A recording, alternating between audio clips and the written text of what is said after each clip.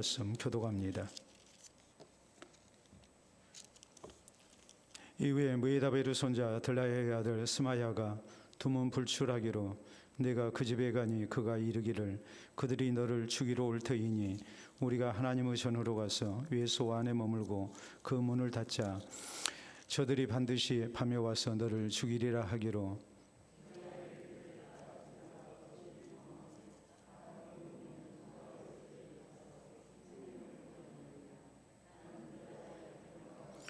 깨달은즉 그는 하나님께서 보내신 바가 아니라 도비아와 산발랏에게 뇌물을 받고 내게 이런 애언을 함이라.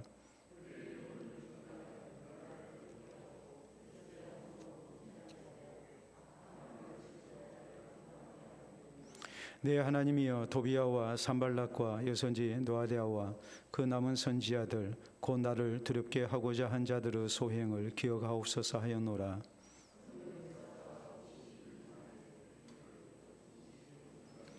우리의 모든 대적과 주위에 있는 이방 족속들이 이를 듣고 다 두려워하여 크게 낙담하였으니 그들이 우리 하나님께서 이 역사를 이루신 것을 알미니라.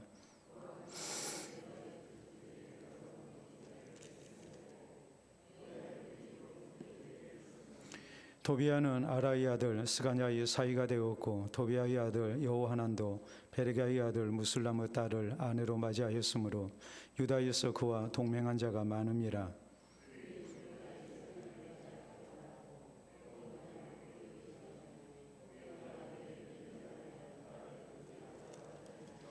아멘. 기도 말씀.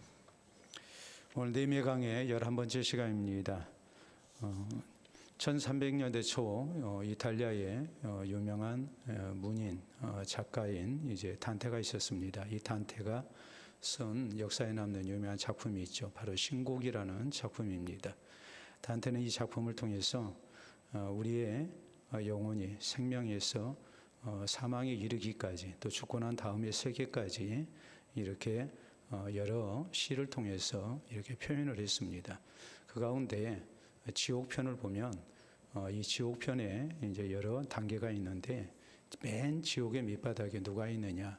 거기에 단테는 대표적인 두 사람을 이제 등장시킵니다. 한 사람은 가룟 유다고 또 하나는 브루투스입니다. 가룟 유다는 예수님의 제자 가운데 한 사람으로서 예수님을 배신한 제자, 우리가 잘 아는 사람이죠. 또 한 사람 브루투스는 바로 로마에 자기가 섬겼던 이 카이사르 이 시저를 이렇게 암살하는데 이제 함께했던 사람입니다. 그래서 이 카이사르가 이 브루투스의 칼을 맞으면서 이제 그런 얘기를 하죠. 브루투스 너마저라는 그런 이제 유명한 말을 합니다. 다른 사람이 나를 배신할 줄 알았지만 너마저 나를 배신하느냐 해서 이제 유명한 그런 역사의 한 대목을 이제 장식하고 있는 사건입니다. 단테는 이 작품을 통해서 지옥의 맨 밑바닥에 누가 가 있는가? 그것은 바로 배신자가 가는 자리다. 그래서 우리가 예수 그리스도를 향한 신앙을 배신하게 될 때 그 결과가 얼마나 끔찍한 것인가라는 것을 경고하고 또 우리 인간관계나 또 세상살이 속에서 우리가 다른 사람을 배신하게 될 때 또 그 배신이라는 것이 얼마나 하나님 앞에 큰 범죄가 되는가 여기에 대해서 경고를 했습니다. 우리는 지난 시간에 느헤미야에 대한 대적자들의 암살 계획이 수포로 돌아간 일에 대해서 말씀을 살폈습니다. 느헤미야를 이렇게 방해해도 안 되고 저렇게 방해해도 안 되니까 결국에는 느헤미야를 암살하기 위한 계획을 5번이나 세웠죠. 그러나 느헤미야는 이 모든 것을 단호하게 물리치고 또 슬기롭게 피합니다. 대적자들의 의도를 간파하고 있었습니다. 예상하고 있었습니다. 뿐만 아니라 느헤미야는 내가 이 시대에 무엇을 해야 할 것인가? 왜 하나님이 나를 유다 총독으로 보내셨는가? 내가 마지막까지 한눈 팔지 말고 감당해야 할, 이루어야 할 목표가 무엇인가? 이 분명한 목표의식을 가지고 있었습니다. 그는 어떤 일이 있어도 성벽을 재건하는 일, 이 일은 내가 맡아야 할 소명이라고 굳게 믿었던 사람입니다. 그렇기 때문에 흔들림이 없었죠. 그리고 느헤미야는 이런 어려운 문제를 놓고 하나님 앞에 늘 기도를 힘썼던 사람입니다. 그렇기 때문에 이런 모든 것을 잘 이겨냈습니다. 우리의 신앙생활도 마찬가지입니다. 우리의 신앙의 길에 어려운 고난이 있는 것, 또 마귀의 많은 시험 있고 방해가 있는 것 우리가 잘 알고 있어야 됩니다. 또 내게 주어진 책임이 무엇인가, 하나님이 내게 주신 이 시대의 소명이 무엇인가, 이것을 우리가 잊지 말아야 됩니다. 그리고 우리가 연약하기 때문에 우리는 하나님의 도움을 바라는 기도를 힘쓰는 가운데 우리 하나님께서 베푸시는 은총으로 승리하는 성도가 되어야 됩니다. 기도 가운데 인내하고 우리가 하나님을 의지하는 신앙의 모습을 가져야만이 우리가 믿음의 길을, 또 하나님을 향한 헌신의 길을 우리가 잘 갈 수가 있습니다. 배신치 않고 우리가 마지막까지 신앙을 지키는 하나님의 백성이 될 수 있다는 말이죠. 오늘 성경 말씀은 그렇다고 해서 대적자들이 포기한 것이 결코 아니었습니다. 이번에는 느헤미야 주위에 있는 사람들을 뇌물로 포석을 해서 함정을 파놓고 느헤미야가 거기에 걸려들기를 기다립니다. 그래서 느헤미야를 죽이려고 합니다. 그렇지만 느헤미야는 이 모든 방해를 이겨내고 52일 만에 성벽을 재건했다. 이것이 오늘 성경 말씀의 내용입니다. 자, 그렇기 때문에 우리 신앙의 길에도 이런 어려움이 얼마든지 예상되고 또 우리가 실제적으로 이런 어려운 길을 가야 합니다. 그럴 때 우리가 주를 배신치 않고 믿음의 길을 끝까지 잘 갈 수 있는 그 신앙의 자세가 무엇일까? 예수 그리스도를 배신치 아니하고 우리가 끝까지 믿음의 길을 잘 가고 또 내게 주신 소명을 잘 감당하기 위해서 우리가 가져야 할 신앙의 자세가 무엇일까? 이것이 오늘 성경 말씀이 우리에게 주시는 중요한 교훈들이거든요. 자, 우리는 먼저 느헤미야가 죽음을 각오한 가운데 흔들리지 아니했다는 사실을 먼저 주목을 해야 됩니다. 자, 10절에 있는 말씀 보도록 합니다. 이후에 무에다베르 손자 들라야의 아들 스마야가 두무불출하기로 내가 그 집에 가니 그가 이르기를 그들이 너를 죽이러 올 터이니 우리가 하나님의 전으로 가서 예수 안에 머물고 그 문을 닫자. 저들이 반드시 밤에 와서 너를 죽이리라 하기로 라고 했습니다. 스마야라는 사람 아마도 느헤미야와 상당히 이제 가까운 그런 사이라고 우리가 생각할 수 있죠. 그 중요한 증거가 뭐냐면 스마야가 두무불출을 해요. 그래서 느헤미야가 늘 자주 보는 사람인데 전혀 나오질 않고 있으니까 너무 이상한 생각이 들어서 아무래도 뭐 여러 생각이 들었겠죠. 몸이 안 좋나 이런 생각도 할 수 있고 이 사람이 어디 출타했나 이런 생각이 들 수도 있겠고 또 아니 지금 모두가 다 성벽 재건 공사를 위해서 이렇게 애쓰고 또 나를 도왔던 사람인데 왜 이 사람이 오늘은 안 나오지? 오늘뿐만이 아니라 지금 안 나온 지 며칠째 됐는데 이런 생각을 할 수밖에 없는 그런 관계라고 우리가 추측을 할 수 있거든요. 이 가까운 사람인 스마야가 여러 날 동안 두문불출을 한 겁니다. 그러니까 느헤미야가 이제 찾아갔어요. 이 스마야가 그것을 기다린 거거든요. 굉장히 두려움 가운데 있는 것처럼 스마야가 위장을 한 가운데 이 느헤미야가 찾아와서 자기의 모습을 보고 또 자기의 말을 듣고 이렇게 설득당하기를 원한 거예요. 느헤미야가 찾아갔을 때 이 스마야가 이제 거짓 예언을 합니다. 그 거짓 예언의 내용은 지금 대적자들이 너를 죽이려고 한다. 이것은 절대 근거가 없는 얘기는 아니었거든요. 왜요? 우리가 지난 시간에 말씀을 살핀 대로 대적자들이 5번이나 느헤미야를 암살하기 위해서 온호평지로 이렇게 유인을 하지 않았습니까? 그것을 알고 느헤미야가 다 거절을 했잖아요. 그렇기 때문에 지금 대적자들이 너를 암살하려고 한다. 너를 죽이려고 한다. 그러니까 이렇게 가만히 앉아서 개죽음 당하지 말고 우리가 성소에 외소로 피신하자. 외소로 피신하면 자 성전 안으로 피하게 되면 이 사람을 잡을 수가 없단 말이에요. 그래서 너 자신을 보호해야 되지 않겠느냐라고 이렇게 얘기를 하는 거예요. 자, 성소의 외소라는 것은 어디를 얘기하냐면 우리가 성전을 보면 성소가 둘로 나뉘게 되죠. 2대1의 비율로 이 앞쪽이 이제 지성소입니다. 지극히 거룩한 성소라는 말이에요. 그리고 여러분 앉아 있는 쪽 들어오는 입구 쪽이 이제 성소입니다. 여기를 가리켜서 이제 외소라고 얘기를 합니다. 자, 내소, 지성소를 얘기할 때 지성소는 하나님의 임재의 상징인 언약궤를 보관하는 장소였고 1년 한 차례 대속죄일 날 대제사장만이 들어갈 수 있는 그런 함부로 범해서는 안 되는 장소였어요. 그리고 보통 때 성소는 누가 들어가느냐? 외소는 제사장들이 들어가서 하나님 앞에 분향하고 또 하나님 앞에 이렇게 떡상의 떡을 일주일마다 이렇게 갈고 또 등잔불에 불을 붙이고 하는 그런 거룩한 장소입니다. 여기는 제사장만이 들어갈 수 있어요. 레인도 못 들어가요. 그렇기 때문에 지금 느헤미야에게 스마야가 하는 얘기가 너 집에 가 있다가 암살자들이 와가지고 너를 죽일 텐데 그러지 말고 우리가 외소로 피신해서 그래서 목숨을 건져야 하지 않겠느냐라고 이렇게 지금 느헤미야를 지금 유인을 하고 있는 거예요. 자, 여기에 대해서 이어지는 말씀을 놓고 보면 거기 13절에 이렇게 말씀이 나와 있죠. 그들이 뇌물을 준 까닭은 나를 두렵게 하고 이렇게 함으로 범죄하게 하고 악한 말을 지어 나를 비방하려 함이었더라 라고 말씀을 하고 있어요. 자, 느헤미야는 저들의 이 의도를 알았어요. 스마야가 지금 왜 이러는지. 자, 11절 12절에 있는 말씀을 보면 느헤미야가 이렇게 대답을 하죠. 내가 이르기를 나 같은 자가 어찌 도망하며 나 같은 몸이면 누가 외소에 들어가서 생명을 보존하겠느냐. 나는 들어가지 않겠노라 하고 깨달은즉 그는 하나님께서 보내신 바가 아니라 도비아와 산발랏에게 뇌물을 받고 내게 이런 애언을 함이라 라고 이렇게 말씀을 하죠.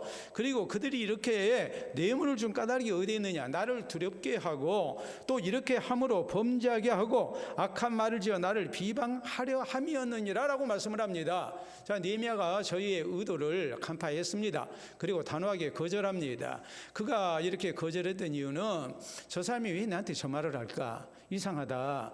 나 같은 사람이 만약에 성소에 들어가게 되면 외소를 할지라도 들어가게 되면 제사장 아닌 사람이 들어가는 것은 범죄이고 그리고 죽임당합니다. 거기에다가 만약에 느헤미야가 성소로 피신하게 되면 이제 악한 말을 지어낼 겁니다. 뭐라고 얘기를 하겠습니까? 백성들한테 얘기를 하겠죠. 느헤미야가 말로는 큰소리 뻥뻥 치고 하나님 의지하고 이 예루살렘 성벽 재건 공사를 우리가 어려움이 있어도 마치자라고 이렇게 얘기를 했고 또 많은 암살 음모 계획을 알고 이렇게 물리치고 했지만 실상 죽인다고 하니까 저렇게 성소로 도망하지 않았느냐 하면서 이런 얘기를 소문을 퍼뜨리게 되면 이제 어떤 이 분위기가 형성이 되겠습니까? 일반 백성들도 지금 굉장히 힘든 가운데서 이 성벽 재건공사를 하고 있거든요. 적들이 언제 쳐들어올지 몰라서 이렇게 파수꾼을 세우고 또 한 손에는 연장 들고 한 손에는 이 무기 들고 그러면서 지금 공사를 하고 있는 그런 상황이거든요. 근데 지도자인 사람이 무서워가지고 그렇게 성소로 숨어 들어가지고 나오지를 아니한다면 백성들이 굉장히 동요하게 될 것이고 흔들리게 될 거예요. 그렇기 때문에 그런 것을 노리고 지금 스마야에게 이들이 뇌물을 줘가지고 이 느헤미야로 하여금 겁먹게 하고 또 범죄케 하려고 이런 지금 시도를 했다는 것을 느헤미야가 간파를 한 거예요. 자, 느헤미야 입장을 생각해 보세요. 자, 나를 죽이러 온다 하는 것이 결코 거짓말은 아니란 말이에요. 자기를 죽이려고 얼마나 암살 계획을 5번이나 진행했습니까? 나중에 아주 노골적으로 봉인되지 않은 편지를 줘가지고 그래서 소문이 나게 했잖아요. 이런 형편이라면 보통 사람 같으면 겁을 먹고 이 성소로 도망가서 숨기도 하고 그럴 거예요. 대통령이라는 사람도 그 짓거리 하고 있잖아요. 우리가 이런 거 보면 느헤미야의 당시 분위기라는 것이 얼마나 불안하고 또 겁을 낼 수밖에 없겠는가. 이 스마야의 말이 거짓 애언이지만 그렇다고 해서 전혀 근거 없는 소리는 아니었단 말이에요. 만약 내가 그 말을 무시하고 내가 성소로 피신하지 아니한다면 그리고 내가 밖에서 계속해서 성벽 재건공사를 독려하는 그런 입장에 있다면 느헤미야가 언제 암살을 당할지 몰라요. 온오평지로 나를 유인해가지고 죽이려고 했던 사람들이 밤중에 느헤미야의 숙소를 이렇게 공격 안 한다는 보장도 없고 또 느헤미야가 낮에 백성들을 이렇게 독려할 때 틈을 봐가지고 느헤미야를 죽이고자 하는 그런 시도를 안 할 것이다 라는 보장도 없잖아요. 그러니까 이런 형편 속에서 느헤미야가 스마야의 이런 이 권유를 단호하게 물리치고 느헤미야가 이렇게 성소로 피신하지 아니하고 그리고 계속 자기가 해야 할 이 소명을 이루기 위해서 헌신됐던 것, 이런 모든 것은 느헤미야가 죽음을 각오하지 않고는 할 수 없는 일이었습니다. 느헤미야는 죽기를 각오한 사람이었어요. 내가 죽어도 좋다. 내가 이 사명을 감당하기 위해서 나를 죽이려고 하는 대적자들이 많이 있다 할지라도 나는 목숨 내놓고 하겠다. 내가 죽는다 할지라도 나는 내게 주신 소명을 내가 이루어야 되겠다. 이 각오를 하고 있었기 때문에 그는 이런 암살 계획이 있어도 또 너를 죽이러 온다는 이런 협박을 당해도 느헤미야는 조금도 흔들림이 없었던 것입니다. 그리고 그는 비겁하게 숨지 않았습니다. 자, 여러분, 우리가 예수 그리스도를 향한 신앙을 배신치 않기 위해서 우리가 가져야 할 신앙의 자세가 무엇일까요? 우리의 신앙이 자꾸 흔들리는 이유가 무엇이라고 생각을 합니까? 그건 다른 게 아니죠. 신앙 때문에 우리가 손해보게 될 때, 또 신앙으로 인해서 우리가 불이익을 당할 것이라는 이런 생각이 들게 될 때 우리가 흔들려요. 또 우리는 그래요. 성도가 죽음을 두려워하면 결국에 우리는 신앙의 길을 바로 갈 수가 없어요. 배신자가 되고 맙니다. 그렇기 때문에 우리가 바른 신앙생활을 하기 위해서 우리에게 필요한 그 신앙의 자세가 뭐겠습니까? 우리가 불이익도 감수해야 되고 손해도 감수해야 되고 어떤 경우는 우리의 생명까지도 우리가 죽음까지도 각오하면서 생명을 내놓을 각오 속에 우리가 신앙생활을 해야 합니다. 그렇지 않냐면 우리는 결국에 사소한 이익 때문에 무너질 수밖에 없고 또 극단적 상황이 우리에게 닥치게 될 때 그때 우리가 신앙을 배신하는 그런 모습을 우리가 가질 수밖에 없는 거예요. 우리 예수님은 마태복음 10장에 분명히 말씀하셨어요. 너희가 공의에 끌려가서 나 때문에 재판을 받게 될 것이다. 그때에 육신은 멸하지만 몸은 멸하지만 영혼은 어떻게 하지 못하는 자들을 두려워하지 말고 너희 몸과 영혼을 함께 지옥불에 멸하시는 하나님을 두려워해라 그랬어요. 우리 예수님의 이 말씀이 무엇을 의미합니까? 우리가 죽기를 각오하고 신앙생활을 해야 된다는 말이죠. 마지막 순간에는 우리가 죽느냐 사느냐 이 둘 중 하나를 선택해야 하는 그런 상황이 얼마든지 올 수 있어요. 우리가 지금 평화시대의 신앙생활을 하기 때문에 우리가 그런 일은 나와는 상관이 없는 것처럼 생각할 수 있습니다. 그러나 역사적으로 놓고 볼 때 초대 교회부터 시작해서 많은 성도들이 목숨을 내가 건져야 되느냐 아니면 죽음을 내가 맞이하고 신앙을 지켜야 하느냐 이 양갈래에서 선택을 해야 하는 그런 경우가 실제적으로 많이 있었습니다. 이게 먼 나라 얘기가 아니고 우리나라에서도 일제강점기 때 신사참배 문제로 그런 일이 있었고 또 좌우 이념 대결 속에서 6.25 한국 전쟁 때도 그런 일들이 얼마든지 있었습니다. 가까이 영광 염산교회랄지 이런 데 가보면 그 순교자들 수십 명씩 순교당한 그런 기념비들이 세워져 있고 그러죠. 그게 멀리서만 있었던 일은 아니에요. 아주 옛날 일만은 아니에요. 오늘 이 시대에도 얼마든지 있을 수 있는 일이란 말이에요. 여러분, 베드로가 예수님을 3번이나 부인하고 제자들이 다 도망갔던 이유가 무엇입니까? 그건 안 죽으려고 하니까 그런 문제가 생긴 거거든요. 죽기를 각오했다면 자기들이 각오를 했지만 죽기를 진실되게 각오하지 못했기 때문에 결국 예수님을 부인하는 사람이 되고 말지 않았습니까?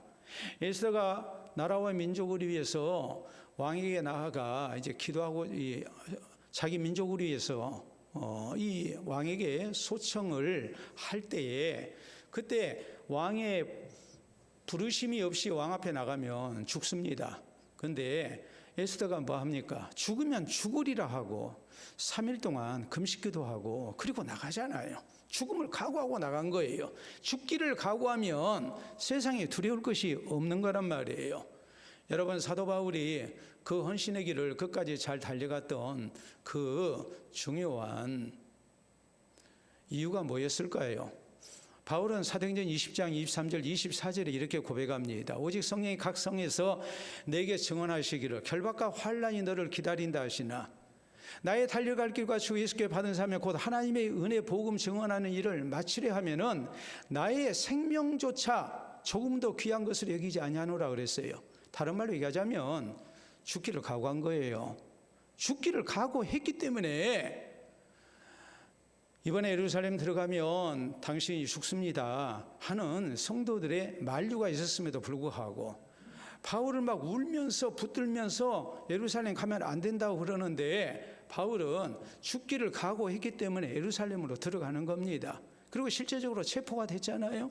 그리고 재판받잖아요. 여러분, 오늘 우리의 신앙생활 속에서 우리가 어느 정도로 각오하고 신앙생활하는가, 내 신앙의 마지노선이 어디인가라는 것을 우리가 잘 생각을 해야 돼요. 조금이라도 손해를 안 보려고 하면 우리는 신앙생활 못해요. 어떤 불이익 때문에 우리가 신앙생활 흔들리면 우리는 끝까지 못 가요. 우리의 성도는 죽음까지 각오해야 우리가 마지막까지 신앙생활을 잘하는 배신자 되지 아니하는 그리스도인이 될 수 있어요. 제임스 켈버트 선교사가 있었습니다. 이분이 식인종들이 살고 있는 피지 섬에 이제 가서 복음을 전하고자 합니다. 배를 타고 갑니다. 선장이 저 섬에 가면 죽는데 선교사님이 왜 이렇게 개죽음 당하려고 할까 해서 배를 태우고 가면서도 자꾸 말리는 거예요. 선교사님, 저 피지섬에 들어가면 식인종이 살고 있습니다. 들어가면 우리 같은 사람들 다 잡아먹습니다. 들어가면 안 됩니다. 하면서 막 설득을 해요. 그러니까 이 켈버트 선교사가 이런 얘기를 합니다. 아주 유명한 얘기예요. 여기 오기 전에 나는 벌써 죽었습니다. 나는 여기 오기 전에 벌써 죽은 사람입니다. 그리고 이 피지섬에 들어갔습니다. 이 사람 죽었을까요? 안 죽었을까요? 이런 사람 하나님이 살려주시죠. 하나님이 함께 하시죠. 그래서 피지섬을 복음화시킨 선교사로 귀하게 쓰임을 받습니다. 우리 예수님은 자기 십자가를 지고 나를 따라야 된다고 말씀하셨습니다. 자기 십자가를 진다는 것은 다른 의미가 아니에요. 자기 십자가를 진다는 의미는 사형수가 사형장으로 자기가 매달려 십자가를 지고 가는 것을 의미해요. 예수님도 사형장으로 자기 십자가를 지고 가셨어요. 가다가 쓰러지시고 시간이 지체되니까 결국에는 구레네 사람 시몬을 이제 대신 이렇게 십자가를 지도록 하죠. 로마 군병들이. 자기 십자가를 지고 예수님을 따라야 된다는 말, 내 의지가, 내 뜻이 다 죽어야 된다는 걸 의미합니다. 하나님의 뜻 앞에 내가 복종해야 된다는 걸 의미합니다. 더 나아가서 이 말씀은 내가 생명까지 내놓을 각오를 가지고 따라야 된다는 걸 의미를 해요. 그래야 우리가 진실되게 예수 그리스도의 제자가 될 수 있어요. 여러분, 신앙생활하는 것이 항상 플러스적인 요소로만 작용하는 건 아닙니다. 하나님께서 주시는 구원과 영생과 또 장래 아름다운 소망과 상급 이런 것들이 우리의 마음을 설레게 하죠. 또 우리의 신앙생활에 아주 중요한 동인이 되어 있습니다. 동기부여가 되어 있습니다. 또 우리는 우리가 기도할 때 하나님의 응답이 있고 또 하나님이 주시는 평안이 있고 그래서 우리의 삶 속에 플러스적인 요소가 많이 나타날 거라고 믿고 우리는 신앙생활을 합니다. 절대 틀린 말 아닙니다. 우리 주님은, 우리 하나님은 분명히 우리가 하나님을 경외하고 예수 그리스도의 제자로서 주의 말씀을 따라 살아갈 때에 이 믿는 자에게 또 말씀에 순종하는 자에게 또 열심을 품고 주를 섬기는 성도에게 약속하신 복이 분명히 있습니다. 그거 우리가 부인해서는 안 돼요. 근데 그것만 약속하신 게 아니에요. 어떤 경우는 우리가 영생을 얻기 위해서 우리 육신의 생명을 잃어야 하는 때도 있고 우리가 하늘의 상급을 얻기 위해서 이 땅 가운데서 세상의 명예와 영광을 다 포기하는 때도 있고 우리가 하나님의 말씀대로 살기 위해서 나 자신을 십자가에 못 박아야 하는 때도 있고 또 우리가 이 세상을 살면서 우리가 그리스도인으로 살고자 우리가 빛의 자녀들처럼 행하기 위해서 우리가 많은 손해를 봐야 하는 때도 분명히 있단 말이에요. 그걸 우리가 무시해서는 안 돼요. 잊어버려서는 안 돼요. 느헤미야가 죽음을 각오하고 하나님이 내게 주신 소명을 이루고자 힘썼기 때문에 그는 이런 협박 속에서도 이런 위협 속에서도 그는 조금도 흔들리지 아니했던 겁니다. 우리도 다시 한번 우리의 마음을 다잡고 우리가 죽음까지 각오한 모습으로 어떤 손해가 온다 할지라도 내가 끝까지 믿음을 지켜야 되겠다는 각오 속에서 다시 한번 우리가 내 십자가를 지고 주님 가신 길을 따르고자 힘쓰는 우리 모두가 될 수 있기를 바랍니다. 두 번째 우리가 생각해야 할 것은 느헤미야가 배신치 아니했던 것, 그것은 철저히 하나님만 의지했기 때문입니다. 스마야는 느헤미야와 상당한 절친이었습니다. 또 그는 종교 지도자였습니다. 뿐만 아니라 14절에 보면 이 도비아와 산발랏 이들이 지금 사마리아의 실력자들로서 이제 느헤미야를 대적하는 사람들이거든요. 그러니까 느헤미야가 이들 때문에 하나님 앞에 기도하는 것이 14절이에요. 그 가운데 나오는 이름 여선지 노아디아도 나오고 또 남은 선지자들도 나옵니다. 여러분, 대적자들만 지금 느헤미야를 협박한 게 아니에요. 느헤미야를 협박하고 있는 사람들, 산발랏과 토비아 이런 사람들만 있었던 게 아니고 굉장히 가까운 스마야가 지금 느헤미야를 지금 미혹하고 있잖아요. 지금 겁주는 소리 하고 있잖아요. 그 다음에 여선지 노아디아 그 외에 다른 선지자들, 아니 하나님이 세우신 사람들까지도 지금 느헤미야를 이렇게 미혹하고 겁주는 소리를 옆에서 막 하고 있는 겁니다. 이런 상황이라면 상당히 사람이 흔들릴 수밖에 없죠. 내 주변에 있는 사람들이 하나같이 다 말린다고 생각해 보세요. 내 주변에 10사람이 있는데 10사람 가운데 한 명이 나를 말려요. 아니 2명, 3명이 나를 말려요. 그러면 우리가 그런 경우는 내 소신대로 밀고 나갈 수 있어요. 근데 10명 가운데 예를 들어 7명, 8명이 나를 말린다고 생각해 보세요. 그러면 사람이 상당히 흔들리게 되죠. 근데 지금 느헤미야 편에 서 있는 사람은 거의 없다고 봐도 무방해요. 그에게 신앙적으로 도움을 주고 또 하나님의 뜻을 알리는 사람들, 선지자들까지 느헤미야에게 지금 부정적인 얘기를 지금 계속하면서 야 그만해야 된다, 그만해야 된다 계속 이러고 있는 거예요. 아니 대적자들도 지금 당시에 정치적인 실권을 쥐고 있었던 이런 산발랏이랄지 도비아랄지 상당한 세력을 갖고 있는 사람들이 대적하는 것도 두려운 일이고 또 여러 가지로 힘든 형편인데 신앙적으로 함께하고 또 옆에서 위로하고 격려하고 해야 할 사람들까지 계속 겁주는 소리를 하고 말리고 하면 사람이 얼마나 힘들고 또 의기소침하게 되겠습니까? 근데 이런 형편에서 느헤미야는 14절에 이렇게 기도합니다. 내 하나님이여 도비아와 산발랏과 여선지 노아디아와 그 남은 선지자들 곧 나를 두렵게 하고자 한 자들의 소행을 기억하옵소서 하였더라. 느헤미야는 이런 형편 속에서 오직 하나님을 향해 기도하면서 다 이겨내고 있는 겁니다. 15절 16절에 보면 이런 기도의 응답이 이런 모습으로 나타났다는 것을 알 수 있어요. 성경 역사가 52일 만인 엘루월 25일에 끝남에 우리의 모든 대적과 주위에 있는 이방 족속들이 이를 듣고 다 두려워하여 크게 낙담하였으니 그들이 우리 하나님께서 이 역사를 이루신 것을 알미니라 라고 성경은 말씀합니다. 자기들이 그렇게 방해를 하고 겁을 주고 또 미혹을 하고 느헤미야와 가까이 한 사람들을 철저히 다 등돌리게 하고 오히려 느헤미야를 말리게 하고 했음에도 불구하고 느헤미야가 조금도 흔들림이 없이 예루살렘 성벽 재건 공사를 백성들과 더불어서 52일 만에 마쳐버렸을 때에 이 성벽 재건 공사가 중단되지 않고 아주 초스피드로 진행이 돼가지고 52일 만에 이렇게 완공이 되고 나니까 대적자들까지 다 무슨 생각을 하게 됐느냐? 이건 느헤미야와 이스라엘 백성들이 한 일이 아니다. 이건 하나님이 저희 가운데서 역사하신 일이다. 그렇게 인정할 수밖에 없었다고 성경은 지금 말씀을 하고 있습니다. 저희가 생각할 때 야 느헤미야가 참 독한 놈이다. 야 우리가 절대 못 해보겠다. 이렇게 평가를 내린 게 아니라 하나님이 느헤미야와 이스라엘 백성과 함께하지 아니했다면 이 일은 절대 이루어질 수 없는 일이다. 우리가 이렇게 총력을 다해서 방해를 했는데 그럼에도 불구하고 조금도 흔들림이 없이 성벽 공사가 52일 만에 이루어졌다는 것은 이건 하나님이 역사하신 것이다. 이렇게 인정할 수밖에 없었다고 지금 성경은 말씀을 하고 있는 거예요. 그만큼 느헤미야가 철저하게 누구를 의지했다는 말입니까? 하나님만 의지했다는 것을 얘기해요. 느헤미야는 자기 주변에 있는 사람들 다 떨어져 나갔어요. 그래도 느헤미야는 흔들리지 아니했어요.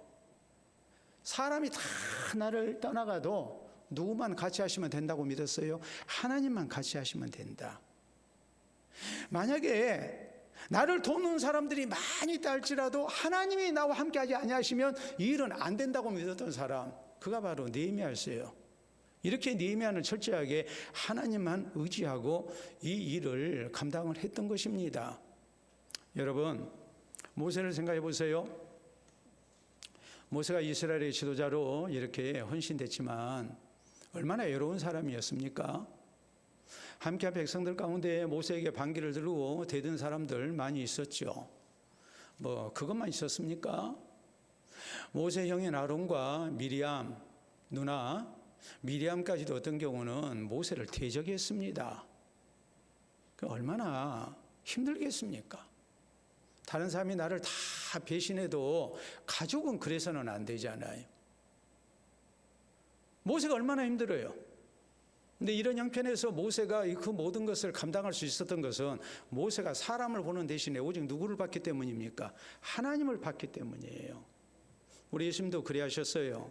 여러분, 예수님께서 천국 복음을 전하시니까 친척들이 몰려왔습니다. 왜 몰려왔을까요? 야, 우리 집안에 인물 났다 해서 몰려왔습니까? 아니에요. 저 예수가 귀신 들려가지고 지금 미쳐가지고 저짓거리 하고 있다 하면서 집안 망신 시키기 전에 우리가 빨리 잡아다 가둬야 되겠다 해서 예수님 잡으러 왔어요. 이런 것을 보면 얼마나 예수님이 힘드셨을까. 또 3년 동안 훈련시킨 제자들이 다 예수님을 배신하고 떠나갈 때 예수님이 얼마나 힘드셨겠습니까? 그런데 예수님이 이런 모든 것을 육신을 입으신 예수님이 이겨내실 수 있었던 것, 그것은 오직 누구만을 바라봤기 때문이에요. 하나님만을 바라봤기 때문이에요. 사도 바울도 그랬습니다. 바울의 곁에 얼마나 많은 동역자들이 있었는지 모릅니다. 그런데 참 목숨까지 내놓은 아굴라 브리스라 부부도 있었고 대단한 사람들 많이 있었죠. 함께 감옥에 갇혔던 아리스타고도 있었고 대단한 사람들 많이 있었습니다. 근데 바울이 만약 이런 사람을 바라봤다면 바울은 절대 하나님 앞에 온전히 헌신되지 못했을 거예요. 바울은 내게 능력 주신 자 안에서 내가 모든 것을 할 수 있다. 하나님만 바랐어요. 고린도서 1장 29절에 있는 말씀을 보면 나도 내 속에서 역사하시는 이의 능력으로 말미암아 모든 수고를 다한다 그랬거든요. 교회를 위한 헌신 사람 안 봤어요. 하나님 봤어요. 여러분, 루터가 종교개혁을 일으킬 때에 함께했던 사람들 가운데, 동료들 가운데 많이 루터를 떠나갔습니다. 루터가 나중에는 외톨이가 돼요. 이런 형편 속에서 보통 사람 같으면 그만뒀을 거예요.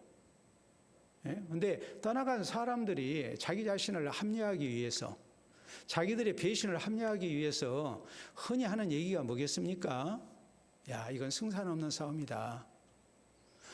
우리가 그동안에 충분히 하지 않았느냐, 하나님도 내 마음을 알아주실 것이다. 야, 그만해도 된다. 이렇게 하지 않겠습니까? 루터가 얼마나 외롭고 힘들었겠어요. 근데 루터가 그때 하나님께 드린 기도가 있습니다. 오 하나님, 나 여기 있나이다. 하나님, 내가 여기 있습니다. 하나님, 나 도와주시라는 말이에요.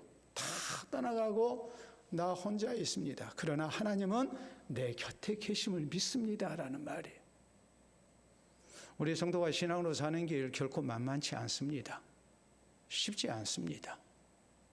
앞으로 우리가 가야 하는 길은 절대 만만치 않습니다. 순탄치 않을 겁니다. 그럴지언정 우리가 가져야 할 신앙의 자세는 사람 보고 믿지 말고 하나님 보고 우리가 신앙생활을 해야 돼요. 사람 보고 신앙생활하면 우리가 언젠가 실망할 때가 분명히 있어요. 사람 떠나가면 우리도 함께 꺾이고 말아요. 그러지 말고 내 옆에 사람이 있든지 없든지 우리가 오직 하나님만을 바라고 신앙생활하는 성도가 돼야 됩니다. 그래서 하나님께 주시는 아름다운 은혜를 통해서 능히 감당하고도 남는 신앙의 길, 그리고 하나님께서 나를 통해서 이루신 하나님의 놀라운 역사를 많은 사람들에게 드러내고 하나님께 영광을 돌려드리는 우리 모두가 될 수 있기를 바랍니다. 자, 세 번째로 우리가 생각할 수 있는 중요한 사실이 있어요. 그건 뭐냐면 느헤미야가 어떻게 이렇게 참 미혹이 많고 또 위협이 많은 그런 상황 속에서 배신하지 아니했을까? 배신하지 않을 수 있었던 것, 물론 죽음을 각오했습니다. 또 하나님만 바라봤습니다. 근데 우리에게 있어서 아주 그럴듯한 미혹이 있지 않습니까? 그게 뭡니까? 타협이거든요. 근데 느헤미야는 절대 타협하지 않았어요. 그렇기 때문에 느헤미야가 주를 배신치 아니하고 끝까지 주신 사명을 감당한 겁니다. 자, 17절 말씀 봐보세요.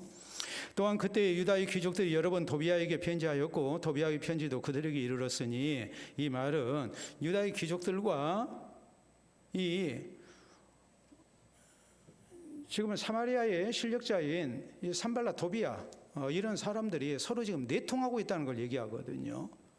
지금 사실 유다의 귀족들이라면 누구를 도와야 합니까? 느헤미야를 도와야 할 사람들이거든요. 근데 우리가 느헤미야 3장에서 이미 말씀을 살폈듯이 성벽 재건 공사를 하는데 다른 사람들은 다 열심히 하는데 누구는 부담하지 않았다고 그랬어요? 귀족들은 안 했다 그랬거든요. 있는 사람이 더 무서운 거예요. 일반 백성들은 열심히 다해서 봉사하고 헌신하고 동참하는데 귀족들은 안 했어요. 이 사람들이 뭐 하는 사람들이었느냐? 이 대적자들과 편지를 주고받으면서 내통하는 사람들이에요. 자, 18절에 도비야는 아라의 아들 스가냐의 사위가 되었고 도비야의 아들 여호하난도 베레가의 아들 무술람의 딸을 아내로 맞이하였으므로 유다에서 그와 동맹한 자가 많았다 그랬어요.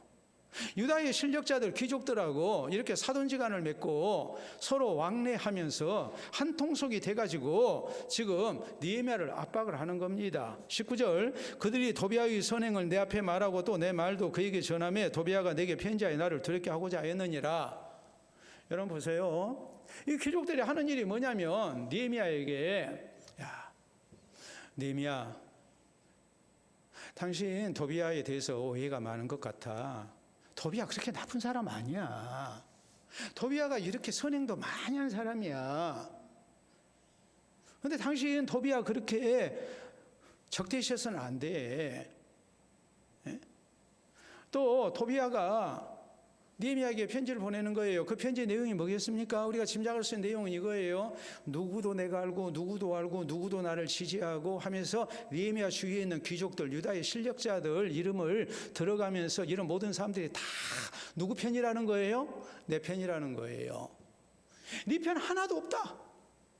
그러니까 단념해라, 포기해라. 이런 협박을 지금 계속 하고 있는 상황이에요. 여러분, 사람이 이런 상황이 되면 어떤 생각이 들겠습니까? 네? 아무래도 마음이 약해질 수밖에 없고 또 혼자서 외로운 싸움을 하느니 적당하게 타협하면서 자기 몸보신하는 쪽으로 이렇게 나갈 거예요. 지금 사마리아의 산발랏이랄지 혹은 이제 암몬 족속 도비야랄지, 이런 사람은 지금 이방 족속이거든요. 그런데 유다의 귀족들이 그들과 통혼해 가지고 율법을 위배하면서 사돈지간이 돼서 느헤미야를 이렇게 협박을 하는 겁니다. 압박을 가하는 거예요. 그러면 사람이 이 상황에서는 나 혼자 외로운 싸움을 하느니 이보 전진 위에서 일보 후퇴하는 게 낫겠다라는 생각이 들 수도 있어요. 적당히 타협할 수 있잖아요. 공사 이 정도 해놨으니까 다시 허물지는 않겠지. 좀 중단했다가 다음에 때를 봐서 다시 하자라는 생각이 들 수도 있어요. 보통 사람 같으면 얼마든지 그럴 수 있잖아요. 근데 느헤미야는 절대 그러지를 아니했어요. 끝까지 타협 없이 한 마음으로 밀고 나간 겁니다. 그래서 52일 만에 성벽 재건공사가 마쳐진 거예요. 우리가 신앙생활하면서 어려운 일을 만납니다. 그러면 말 그대로 이보 전진이에 일보 후퇴할 때가 많죠. 적당히 우리가 현실과 타협합니다. 이런 일을 자꾸 하다 보면 우리는 앞으로 전진을 못해요. 그리고 결국 배신의 길을 가게 돼 있어요. 이 타협이라는 것이 얼마나 위험한가를 우리가 생각해야 돼요. 여러분 한번 생각을 해보세요. 다니엘과 그의 세 친구가 하나님을 섬겨야 할 것인가 우상을 숭배해야 될 것인가 갈림길에 놓이게 됩니다. 그런데 저희가 받았던 그 유혹이 뭡니까?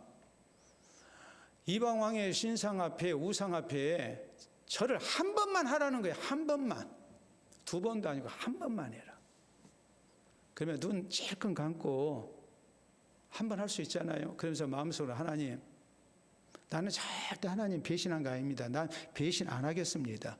내가 그냥 머리만 숙인 겁니다. 이럴 수 있잖아요. 옛날 신사참배했던 사람들처럼. 다니엘에게 한 달 동안 신이나 사람에게 기도하면 사자밥이 되게 한다는 왕명이 주어졌을 때 한 달 숨어서 기도할 수 있잖아요. 아니 한 달 기도 쉴 수도 있잖아요. 근데 다니엘이 그렇게 합니까? 오히려 창문 열어놓고 똑같은 시간에 무릎 꿇고 멀리서 봐도 아, 저 사람 기도하고 있구나 다 알게끔 기도하잖아요. 타협을 안 해요. 타협을 안 했기 때문에 이겨낼 수 있었던 거예요. 우리 예수님께서 제자들 전도여행 보내시면서 내가 너희를 보내면 양을 이리 가운데 보낸가 같도다. 그러므로 너희는 뱀같이 지혜롭고 비둘기같이 순결하라 그랬거든요. 뱀같이 지혜롭기만 하면 타협해요. 인간의 악한 깨가 나와요. 그것을 지혜라고 생각을 해요. 그건 하나님이 주신 지혜가 아니에요. 그러니까 예수님이 하신 말씀은 비둘기같이 순결해라라고 말씀을 하신 거예요. 타협해서는 안 된다는 말이에요. 서양 격언에 이런 말이 있습니다. 타협은 좋은 우산이 될 수 있다. 그러나 지붕이 될 수는 없다 그랬어요. 타협을 하게 되면 일시적으로 피할 수는 있어요. 우리가 그렇잖아요. 소나기는 우선 뭐하고 봐야 된다? 피하고 봐야 된다 그러잖아요. 타협을 하면 우산을 마련하는 거예요. 우산이 될 수는 있지만 그것이 지붕이 될 수는 없어요. 그것이 근본적인 대책은 안 된다는 말이에요. 공산주의를 창시했던 레닌이 이런 얘기를 했습니다. 타협을 하면 혁명은 결국 실패한다 그랬어요. 혁명은 없다 그랬어요. 혁명을 하는 것도 타협하면 안 된다니까요. 타협이라는 것은 그것은 포기와 똑같은 거예요. 월터 나이트라는 유명한 작가가 있어요. 이분이 쓴 글에 신앙적인 글을 많이 쓰신 분인데 이런 내용이 나와요. 제자 두 사람이 자기 십자가를 지고 예수님 뒤를 따릅니다. 근데 한 사람은 십자가 너무 무거우니까 또 가는 길이 멀어요. 많이 남아있어요. 그러니까 조금씩 십자가를 잘랐어요. 그래도 모양은 뭐예요? 십자가잖아요. 네? 그러면서 지고 갔어요. 그런데 한 사람은 아주 미련할 정도로 그 무거운 십자가를 계속 지고 가는 거예요. 십자가를 조금씩 자르면서 갔던 사람은 속으로 무거운 십자가를 지고 가는 사람을 보고 비웃었죠. 아이고 저 미련 곰탱이. 힘들면 조금씩 잘라야지. 저렇게 힘들게 가. 그러면서 이제 천국 앞에 딱 이르렀어요. 예수님이 말씀하세요. 천국 앞에 이르렀는데 그 앞에 큰 낭떠러지가 있는 거예요. 예수님 하시는 말씀이 자 너희들 지고 왔던 십자가 그것을 이 낭떠러지에 걸쳐라. 그러면 다리가 될 것이다. 십자가를 하나도 자르지 않고 가져왔던 사람이 딱 십자가를 걸치니까 정말 다리가 되는 거예요. 건너갔어요. 근데 십자가를 조금씩 잘라가지고 왔던 사람은 거기에다가 십자가를 걸쳤더니 안 낫는 거예요. 월터 나이트는 이 글을 통해서 우리에게 강조하는 게 이거예요. 신앙생활에 자꾸 타협하면 결국에는 우리가 배신할 수밖에 없는 사람이 된다. 천국에 이르지 못한다. 아무리 내가 지고 있는 십자가가 무겁고 힘들어도 우리가 미련할 정도로 우리는 그 십자가를 지고 그 무게를 견뎌가면서 우리가 주의 뒤를 따르는 제자가 돼야 된다라는 것을 강조하고 있어요. 우리에게 있어서 신앙의 원칙이 분명해야 되고 또 하나님의 말씀을 붙들고 타협 없이 신앙생활하는 자세가 필요합니다.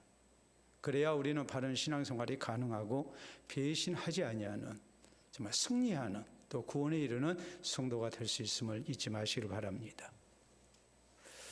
독일에서 제일 높은 산은 아브루스 산맥에 있는 추크 수피체 산이라는 봉우리입니다. 이게 2,963m예요. 우리나라 무등산이 백두산이 몇 미터인가요? 무등산이 아니라 백두산이 몇 미터인가요? 2,744m. 그렇기 때문에 대략적으로 백두산보다도 한 2,220m 정도 더 높은 그런 이제 봉우리를 자랑하는 산입니다. 그런데 그 산이 이렇게 생겼어요. 한번 보도록 하겠습니다. 멀리서 보면 지금 가운데 정면에 보이는 산입니다. 자, 좀 더 가까이서 보도록 하겠습니다. 저런 산이에요. 또 다음 사진 보시게 되면 저렇게 생겼습니다. 굉장히 험한 산이죠. 3,000m 가까운 고봉이니까. 그런데 저기 사람들이 많이 올라가요. 산 정상에 가면 이렇게 생겼어요. 보도록 하겠습니다. 무슨 건물이 하나가 있어요. 산 정상 다 이르렀을 때. 자, 그 건물 가까이 가보면, 자, 다음 사진 보시게 되면 십자가가 세워져 있고 저기가 포토존이에요. 저기에서, 저게 지금 예배당이거든요. 사람들이 다 사진 멋있잖아요. 네? 사진 찍으면 저기서 찍어야 되겠죠. 그래서 십자가에 달리신 예수님처럼 다 이로 찍는 거예요. 근데 그게 다가 아니에요. 자, 다음 사진 보시게 되면, 자, 정상에 올라가면 저런 구조물이 하나가 있습니다. 가까이서 확대해서 보도록 합니다. 저렇게 생겼고요. 더 가까이 우리가 보게 되면 저것은 예수 그리스도를 나타내는 십자가입니다. 헬라어로 예수 그리스도를 나타내는 크시, 예? 우리가 엑스마스라고 그러잖아요. 크리스마스. 좀 더 오래 좀 보여줘요. 자, 보시게 되면 저기서 사람들이 뭘 하느냐? 기도해요. 기도해. 그러니까 단순히 등산을 위해서 올라온 사람도 있지만 저 예배당 가서 기도하고 또 십자가까지 가서 거기서 기도하는 거예요. 그래서 뭘 기도를 하느냐? 예? 하나님, 내가 여기까지 올라오는데, 이제 그만 바꿔요. 내가 여기까지 올라오는데 하나님, 제가 참 힘들었습니다. 그러나 내가 마지막 정상까지 올라와서 예수 그리스도의 십자가를 붙들고 내가 기도합니다. 하나님, 내가 마지막까지 주님을 붙들고 내가 천국 갈 때까지 신앙을 지키는 사람 되게 해주세요 하고 기도하는 거예요. 그냥 산에 올라가서 야호 하고 끝나는 게 아니에요. 등산을 하면서 자기 신앙을 고백하면서 가는 거예요. 다시 한번 다짐하는 거예요. 마지막까지 가는 주의 제자가 되겠습니다.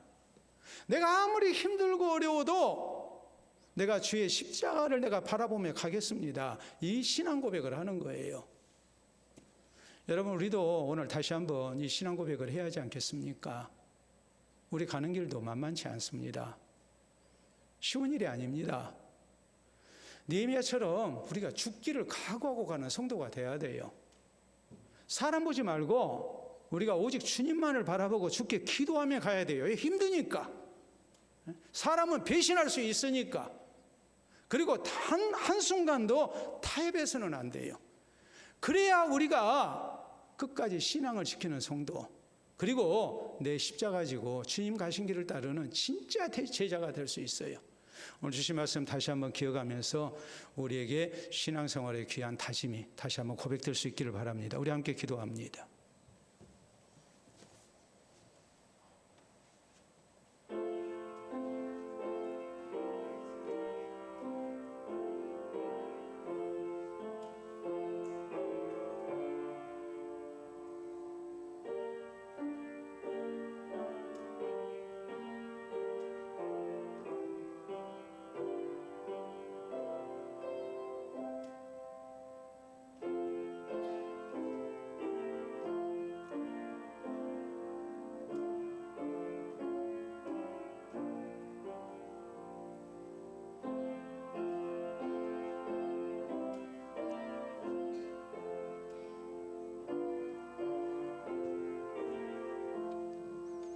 자비로우신 우리 아버지, 은혜를 진심으로 감사합니다.